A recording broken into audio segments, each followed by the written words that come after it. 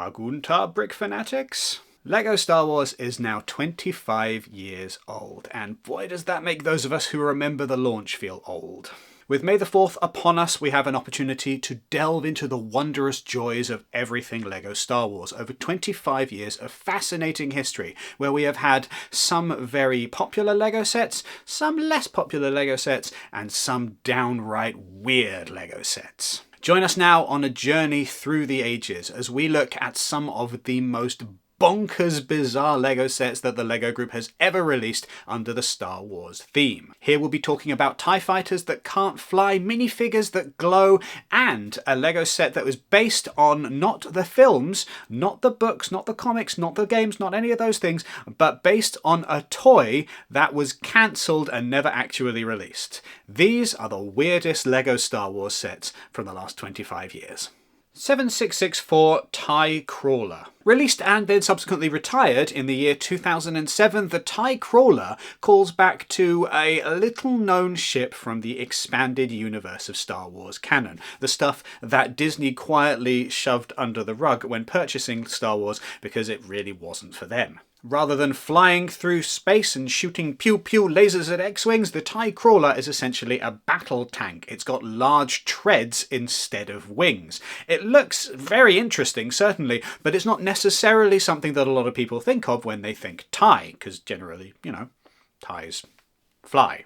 This is certainly a kind of quintessential circa 2007 LEGO Star Wars set. The period after Revenge of the Sith had wrapped up, but before the Clone Wars took off in earnest, where I imagine a lot of LEGO designers were sat around scratching their heads and going, what do we even do now? People keep buying this stuff, but there's no more films. What can we make? And so you get a TIE Crawler based on tiny fleeting moments within comics that most people probably hadn't even read at that point. Like, I can't imagine any small Star Wars fan at the time going out and buying a playset based on the fact that they've seen it in the Dark Empire comics, for example. They've gone out and bought that thing just because it looks cool. It's a TIE fighter with wheels for some reason. The TIE Crawler, like many things that Disney initially said, no, we don't want anything to do with, has kind of trickled back into canon. It's appeared at one point in one book that has come out during the Disney era of Star Wars, a Choose Your Own Adventure Luke and Leia comic.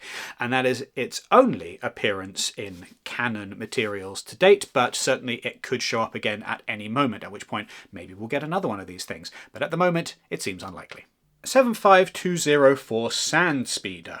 The Snow Speeder is one of those iconic Star Wars vehicles that just always has to be somewhere in LEGO form. But what if you take away the snowy planet of Hoth and add in, for some reason, the sandy planet of Tatooine? Then you get a Sand Speeder, which looks like a Snow Speeder, but it's sandy instead.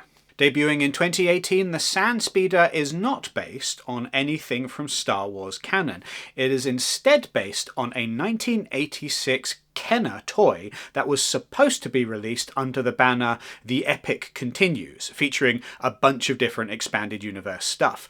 And then the entire range got cancelled and they never actually came out, making this the first version of the Sand Speeder ever to debut as a toy. Or okay, maybe it's not based on that, but certainly there was one of those in existence beforehand. I wouldn't want to put too much actual weight on any of this being kind of cause and effect, and simply this is a fun thing that didn't really exist at all in Star Wars canon until LEGO made it, and now it kind of exists simply as a LEGO Star Wars thing. And there's a few of those on this list, kind of Ouroboros LEGO Star Wars things that exist because LEGO Star Wars exists because LEGO Star Wars exists. You kind of just go round and around the circle. Regardless, it's kind of fun to have something that's just such a wild departure from anything else Star Wars related, and indeed it'd be kind of nice if we got more things that were just the wild and weird imaginings of LEGO Star Wars designers without having to tie specifically to a certain moment in Star Wars canon or particular film or what have you. 10018 Darth Maul. 2001 was an interesting time for LEGO Star Wars, as the theme was still somewhat in its infancy, and clearly the LEGO designers had some bold ideas about where they might want to take it next. Thus we get something like a big Darth Maul face.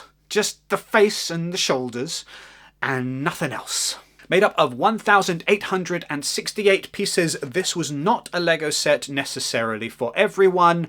This was very much in that time period where they were still trying to decide what, say, an Ultimate Collector Series kind of set would be, or what like a larger for older fans type build was going to be.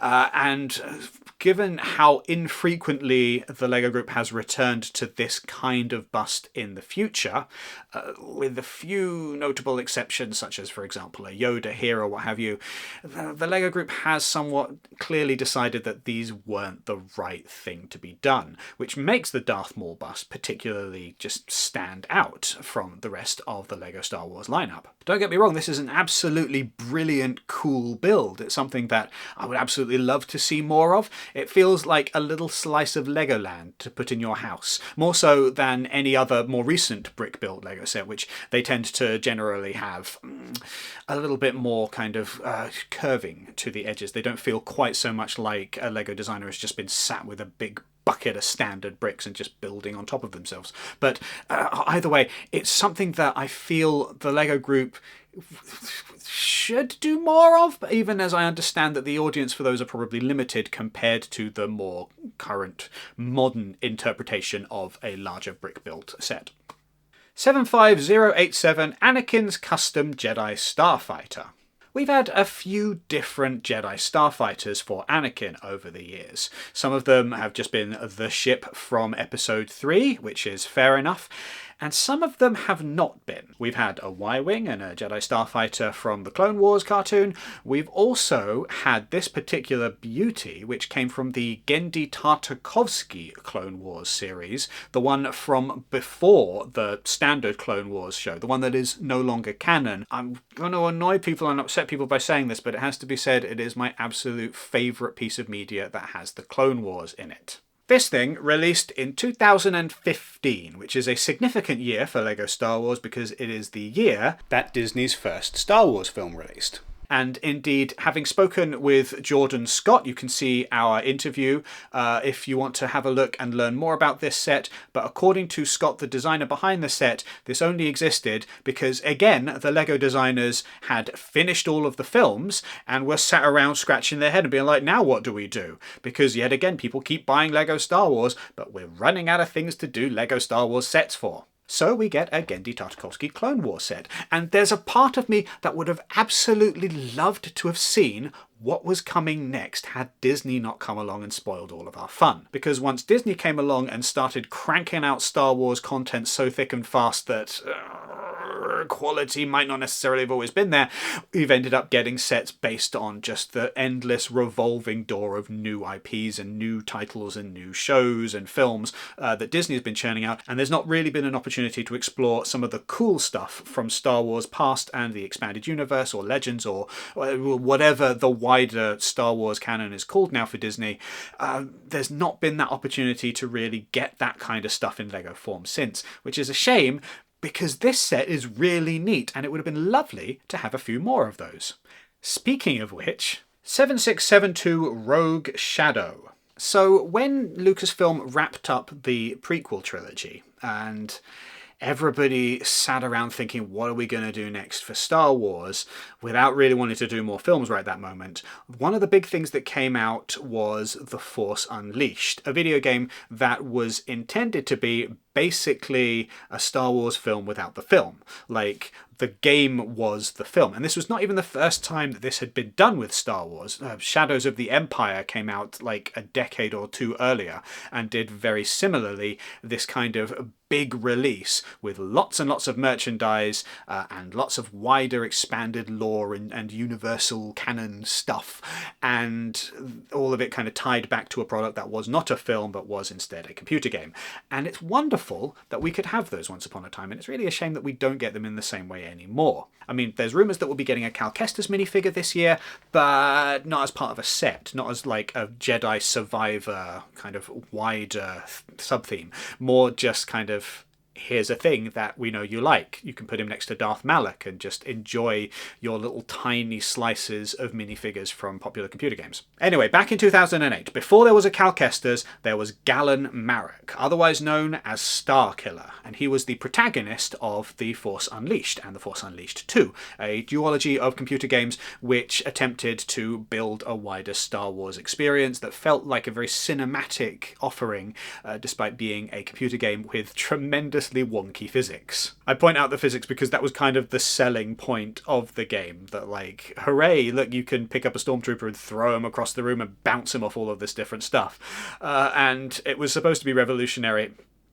I've always thought it was just very funny looking, like a cartoon come to life, but that's beside the point. What matters is that Starkiller and his friends and some of his enemies got Lego minifigures and Lego sets, and this is one of them. Made up of 482 pieces, Rogue Shadow, Starkiller's ship from the game, came with 3 minifigures. Juno Eclipse, Starkiller himself, and Darth Vader with authentic battle damage, which is just an absolutely brilliant concept for a minifigure. But what's one step weirder than a Lego set based on a video game? A Lego set that's based on a Lego Star Wars cartoon. 75018 Jek 14 Stealth Starfighter. Now here's an interesting one, based on a ship that appeared first in the Yoda Chronicles, a cartoon series that is entirely Lego Star Wars and therefore somewhat divorced from general Star Wars continuity. We also at around this time got a Jedi Scout Fighter that was based on a ship from the TV show as well, which comes with a really cool Jedi Ithorian minifigure.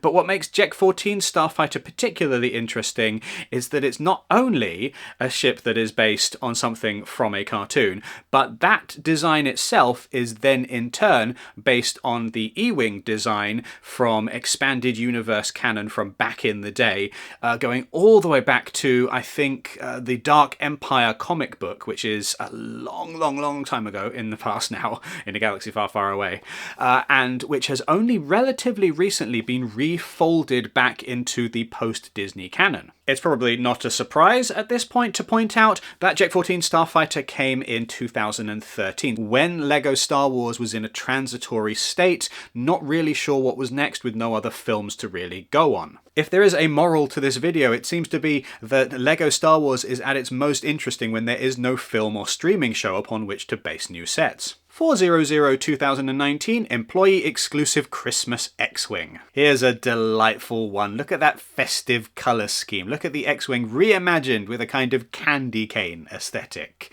If you didn't actually see this on store shelves in your local LEGO store, don't be surprised, because this was an employee gift for all employees of the LEGO group, which means that it is somewhat difficult to get your hands on. It's not impossible to find it on the aftermarket, but it does take some doing, and it can go for quite a lot of money because this is quite a neat little set. Christmas themed Star Wars stuff is not impossible to get hold of. We of course get an advent calendar every single year, but at this particular size there's nothing else that really compares with the X-Wing. It's a wonderful commitment to a rather silly joke that just feels delightful. Alright, but enough cute, let's look at something a little bit disturbing now. 75110 Luke Skywalker.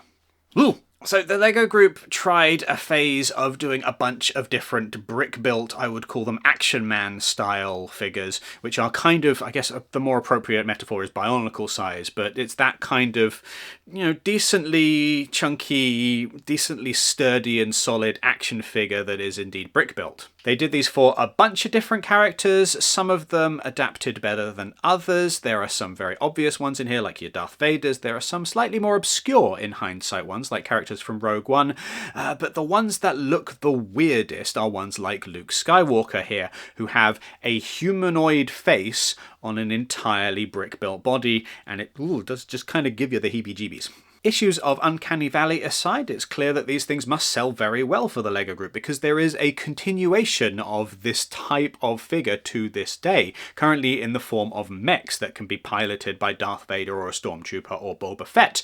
And apparently, rumour has it, it is just a rumour at this point, that we may or may not be getting a Luke Skywalker mech at some point this year with like X-Wing theming in some form, which if that turns out to be true would be, you know, quite a nice thing, although life, it's definitely an improvement over the old one. You couldn't really get much worse than this old one, which is just a bit off-putting. 10178 Star Wars Motorized Walking AT-AT. Here's a fun idea for you. You know the way that an AT-AT just kind of slumps and stumps and stumbles its way across the landscape?